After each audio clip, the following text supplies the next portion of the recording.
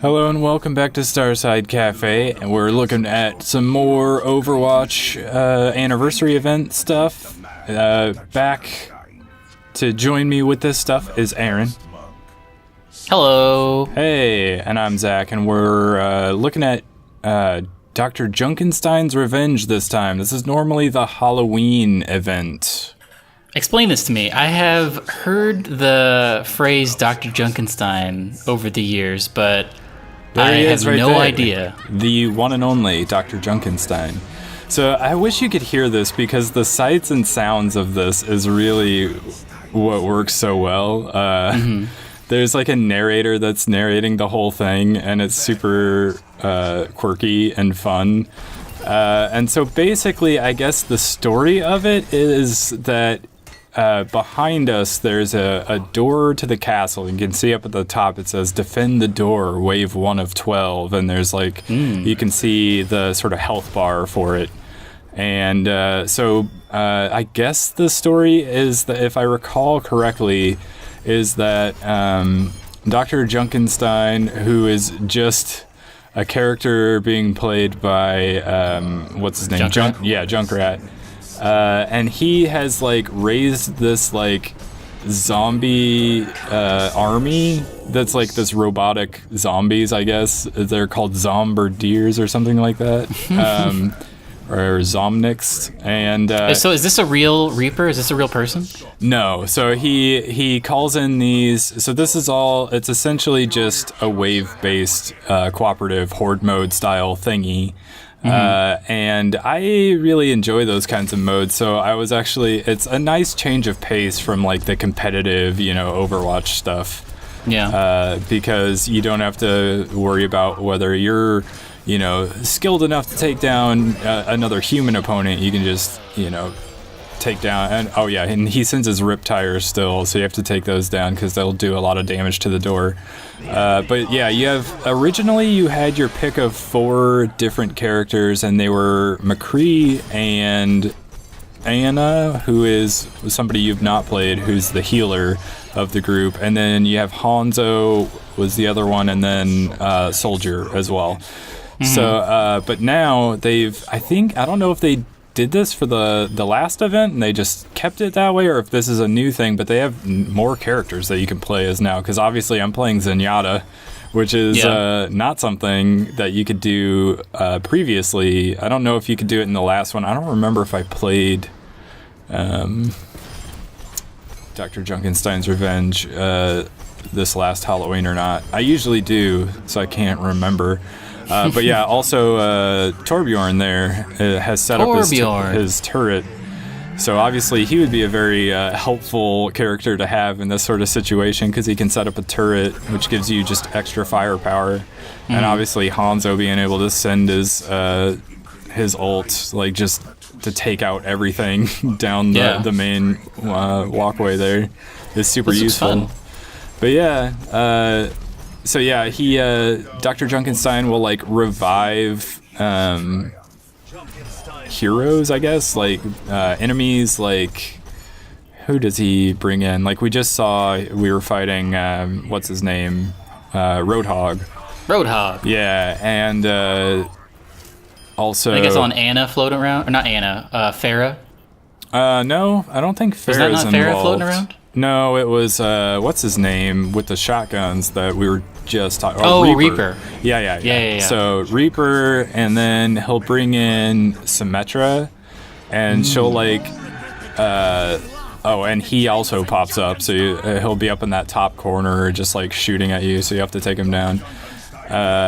Zenyatta, I feel like Zenyatta's super or ultimate is not super useful for this. Yeah, unless you're getting like overrun. Yeah, which does happen eventually, but Anna's is a little bit more useful because it basically powers up one of your teammates for a while, so they can do like extra damage and take extra damage for a little bit. So that seems a little bit more useful to me, but I guess it's sort of a nice little panic button if you guys are getting rushed at the door. Is it only the defend the door? Yeah, you have to. obviously survive the waves, but I think you can die as well. You just respawn after a certain while. So basically you're just defending the door, I think. I don't think they have... It would be kind of interesting if they made it so that it was kind of like that Levolution thing, where it was kind of a moving thing, where you're like, okay, we have to defend this for a while, and then maybe we like move through the castle a little bit, and we like have to set up shop in another place for a little while. That would be pretty cool. Or if they had like some objectives for us to capture, maybe. Yeah, Battlefield-esque. Yeah, that would be really cool. I would love to see them experiment with more modes like that, but maybe they will one day. Yeah, this is very cool. And yeah, it's nice to have a cooperative thing in it. It seems a little more chill. Yeah, it's definitely more chill. Like, I'm playing it on like the normal difficulty, which is I think the lowest difficulty. So it gets hard by the end.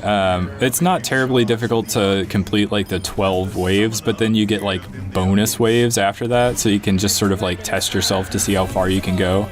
So yeah, like the summoner, that's Symmetra has come in, and the thing is, not a lot of people actually either know it or pay attention when you just jump in with randoms, but she'll spawn with this like shield generator back here, and you have to take it out, otherwise it'll make everything pretty difficult on you.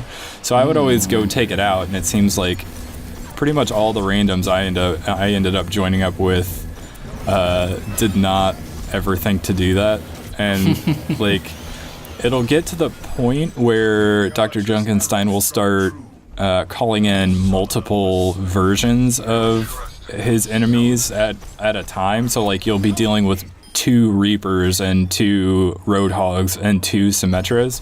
So if you don't destroy her shield generators, eventually you'll just have a bunch of them stacked up back there. Oh, geez. So yeah, it'll get real difficult if you don't deal with those.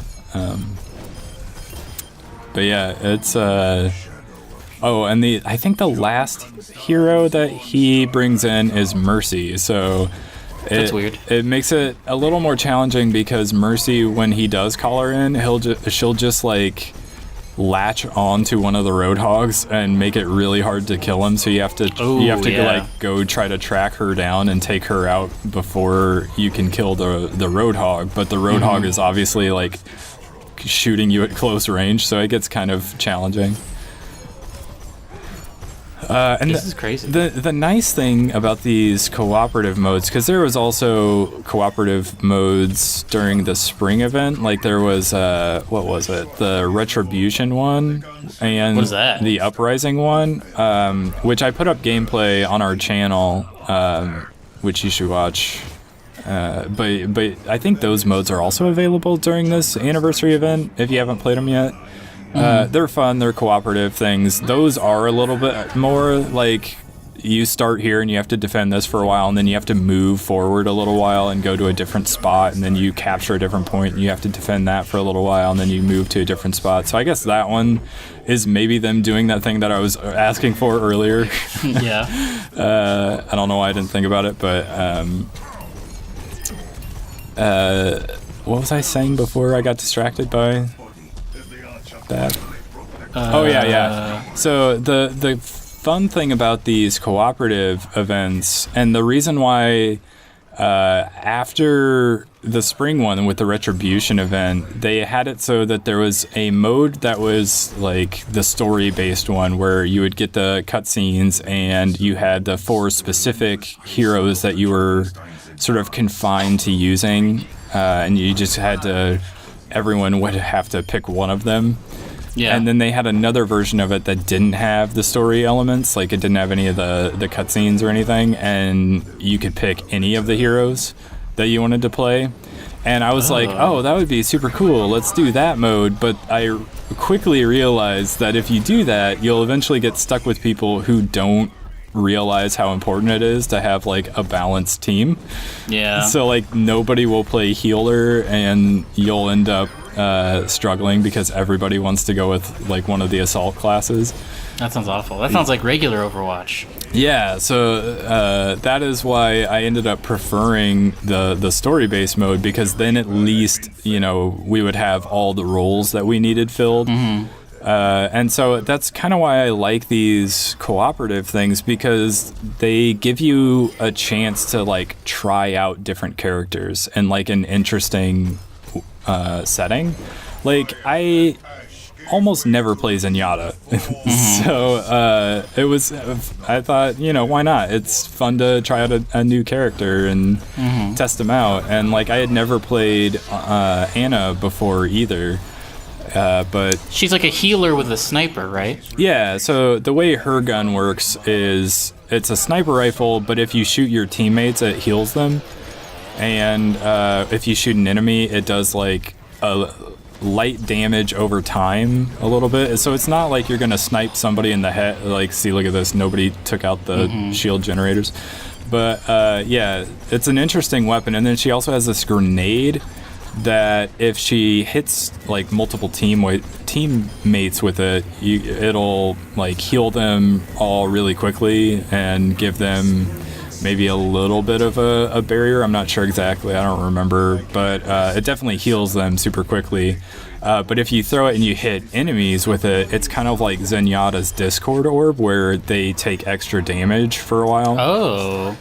So yeah, that's why like when I was playing Zenyatta now, every time Dr. Junkenstein brings in an enemy, I'll throw a Discord orb on him there so that we can try to take him out faster. You guys are almost at wave 12. Yep, we're almost there. We're getting there.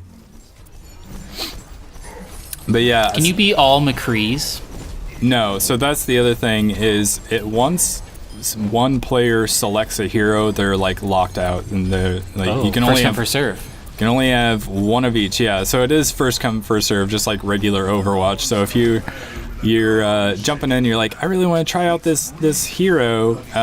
You kind of have to pick them quickly, or else somebody else will likely have already taken them, and then you end up getting stuck playing healer, which is why I think my most played characters in Overwatch are always like healers and tanks, because I always just pick whatever my team ends up needing, because I know either... Because you're a good guy, Zach.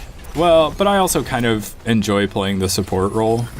Like when I played Battlefield, I always played the medic, even though everybody else wants to play something else. Like because of that Battlefield announcement recently, I also like jumped into Battlefield 1 again a little bit, just to remind myself of the gameplay of it. And you know, I don't know a lot about Battlefield. I would be interested in watching you play it and you teaching me about it. Yeah, I would totally be down to do that. We should definitely do that. I'll play some and record some gameplay, or maybe we can like try to do a live play somehow. We'll do it live. We'll do it live. I'm not sure if we can work that out or not, but we'll try. But yeah, I enjoy playing medic. And the problem with that in Battlefield 1 is that, like, nobody else plays medic. Well, not nobody, but I got into some matches where, like, I was the only medic on my team, and it was really frustrating because I was like, well, I'm reviving you guys. Why aren't you guys returning the favor? So does this go on forever? Like, it seems like you're on bonus wave 1. Do you just keep getting bonus waves until you die? So once you complete the 12 waves, that's victory, essentially. So we could feel free to die right now, but since everybody's doing so well and the door is actually surviving because of how well we're playing, we just kind of kept it going to see how long we could last. It's just sort of a challenge of skill at this point, and like the bonus waves get real crazy because he just like keeps calling in like multiple versions of each enemy to try to take you out really quickly, and like even these like smaller guys will spawn more often. This is crazy. So do you think you'd be interested in playing something like this? Yeah, I would check this out. I mean, how long is the anniversary thing going for? It's going for a few weeks, I think. I'm not sure when it ends, But you can definitely, like, you own the game, so you don't have to worry about whether the free weekend is up, because I do think the free weekend has ended by now. I think that was just for, like, Memorial Day weekend. But yeah, you can definitely jump back in, and They probably have like 50 gigs of updates to give. yeah, maybe. But you should definitely check in and see what you have, because you'll definitely get like some free loot boxes, or at least one for like jumping in during the anniversary event. So you can get some cool stuff. I kind of want to get the Junkrat skin because he's like a pirate. It looks kind of cool. And yeah, I got very good luck with the dance emotes that they added. So like I have a good number of the dance emotes for my characters, which is pretty fun. And I haven't played competitive at all. I mainly play like the arcade modes and just like quick play. Yeah, I don't think I ever touched competitive when I played this game regularly. Well, because I always feel like if you want to play competitive, for one, you need to be really good at it, so you need to like play it a bunch, but you also need like a group to play with that you like know plays the game. Yeah, that would definitely make it easier. Yeah, and I don't know about solo queuing for competitive mode, so I've just avoided it in general. Han Solo. Han Solo? Because he said solo queue. Oh, Solo. Yeah, that's true. So now my last name has been changed to Solo. I am now Zach Solo. What? Oh, that's right. You haven't seen Solo yet. Nope. Spoilers. No spoilers. I'll give you all the spoilers, don't worry. No. The rest of this video will just be a spoiler discussion for Han Solo. No, I don't want to know. I want to leave this call. No, I won't tell you. But yeah, so you can see me being the only one. I'm the healer, and I'm the one concentrating on the Mercy to take her down, because the rest of my teammates, I don't know what they're doing. But yeah, Zenyatta's actually a pretty good like offensive. Yeah, it looks like it. You don't seem to be doing much healing. You're basically just well. So the other names. The other nice thing about Zenyatta is like you can see right there. Torbjorn's got my orb. I threw it on him, and as long as I like stay within range, it's just on him, and he's fine. So like he can take damage, and it'll just kind of auto heal him back up, and nothing to worry about. Kind of like how I just put the Discord orb on Reaper, on the Reaper, and so I just apply that, and I don't have to really worry about it anymore. I can just keep hitting them, and so you can set it and forget it. Yeah, and you can see in the top right, Torbjorn got the kill on Reaper, but there's a little Zenyatta next to him because my Discord orb was on there, so it was sort of like an assist. You get lots of assist points playing, and I can see, oh, he needs him, but I can't target him for some reason, so I have to actually go up here and then throw him his healing orb. Yeah. But yeah, I actually found I really enjoy the role of healer. Like I got the game on PC recently. I had played it on PS4 for a really long time, and I had never played characters like Diva and Mercy for whatever reason.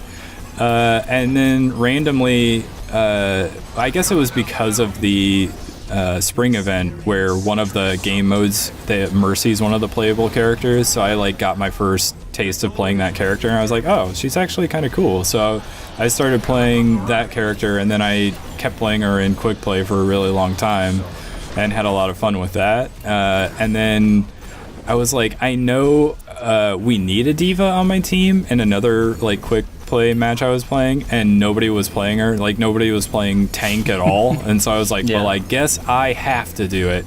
And I didn't know what I was doing, but I started kind of learning the character through that, and I thought it was a pretty fun character to play. So I've been trying to learn that character a little bit more, and so I've been playing Diva and Mercy more, and they're characters I literally never touched on PS4, so I don't know. I think they're my most played characters on PC though, so that's interesting. Yeah, you can track that. Yeah. tracks it for you. It does, and I want to say my most played characters on PS4 were Lucio and Soldier 76. Yeah, Lucio is my most played character. Lucio and Mei. Yeah, Mei I think is the most annoying character in the game. Like, because it's so annoying that she can just like freeze you in place like whenever you get too close, but it's because she's like that good, I guess, but it's just like really annoying.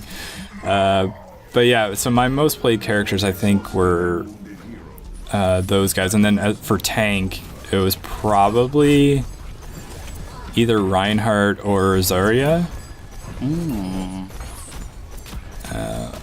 I don't know. What were your other most played characters? I mostly played Lucio, Mei, or Bastion. Yeah, there's a. If we were playing together, you could play Bastion, and I'd play with like one of the shield tanks. Yeah, that would be great. Doesn't he have a shield now again? No, he doesn't. That would be kind of.